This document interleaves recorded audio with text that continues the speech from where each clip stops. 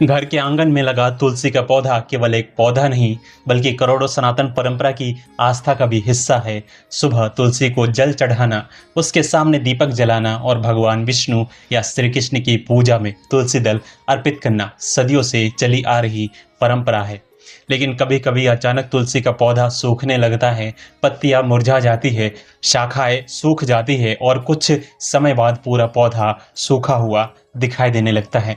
ऐसी स्थिति में बहुत से लोगों के मन में एक ही सवाल आता है, क्या तुलसी का सूखना कोई अशुभ संकेत है या इसका अर्थ घर में आने वाली किसी परेशानी से है? क्या सूखे हुए तुलसी के पौधे को घर में रखना चाहिए या उसे तुरंत हटा देना चाहिए?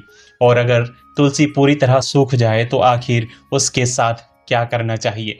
इन सवालों का जवाब केवल डर या सुनी सुनाई बातों से नहीं, बल्कि तुलसी के प्रति हमारी धार्मिक श्रद्धा और उसके प्राकृतिक स्वरूप दोनों को समझकर देना जरूरी है। सबसे पहले ये समझना जरूरी है कि तुलसी का पौधा सूख जाना अपने आप में किसी अनिष्ट का निश्चित संकेत नहीं है। तुलसी भी एक जीवित पौधा है और मौसम, पानी, धूप, मिट्टी, तापमान, कीट या पौधे की उम्र जैसे कई कारणों से सूख सकती है। गर्मी में अत्यधिक तापमान, सर्दी में बहुत अधिक ठंड, गमले में पानी का जमा रहना, बहुत कम पानी मिलना या जड़ों में किसी प्रकार की समस्या होना, इनमें से कोई भी कारण तुलसी के सूखने का कारण बन सकता है। इसलिए केवल तुलसी के सूख जाने को देखकर ये मान लेना कि घर में कोई संकट आने वाला है उचित नहीं है। कई बार हम तुलसी को बचाने की कोशिश में एक गलती कर देते हैं। पौधा मुरझाते ही बहुत अधिक पानी डालना शुरू कर देते हैं।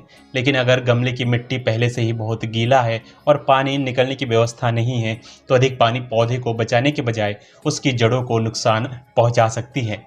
इसलिए सबसे पहले ये देखना चाहिए कि तुलसी वास्तव में सूख गई है या केवल पानी की कमी या मौसम के कारण मुरझाई हुई है।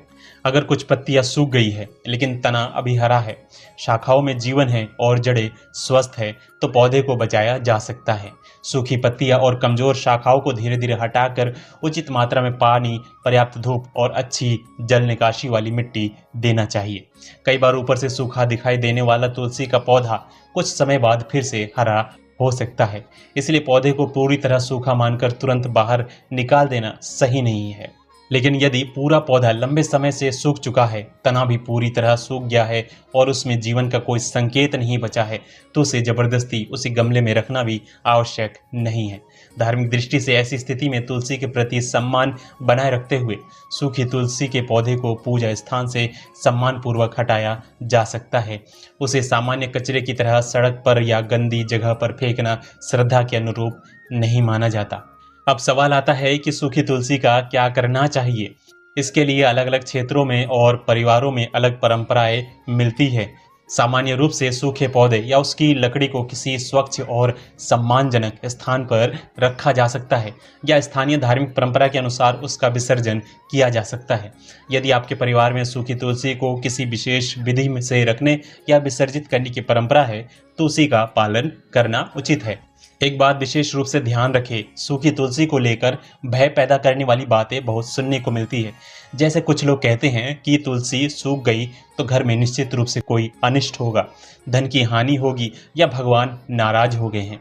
ऐसी बातों को निश्चित धार्मिक सत्य मान लेना उचित नहीं है। तुलसी का पौधा सूखने के पीछे प्राकृतिक कारण भी हो सकते हैं। इसीलिए इसे देखकर डरने के बजाय तुलसी की सेवा और भगवान की भक्ति का भाव बनाए रखना चाहिए। अगर तुलसी का पौधा पूरी तरह सूख गया है तो उसके स्थान पर नया तुलसी पौधा लगाया जा सकता है।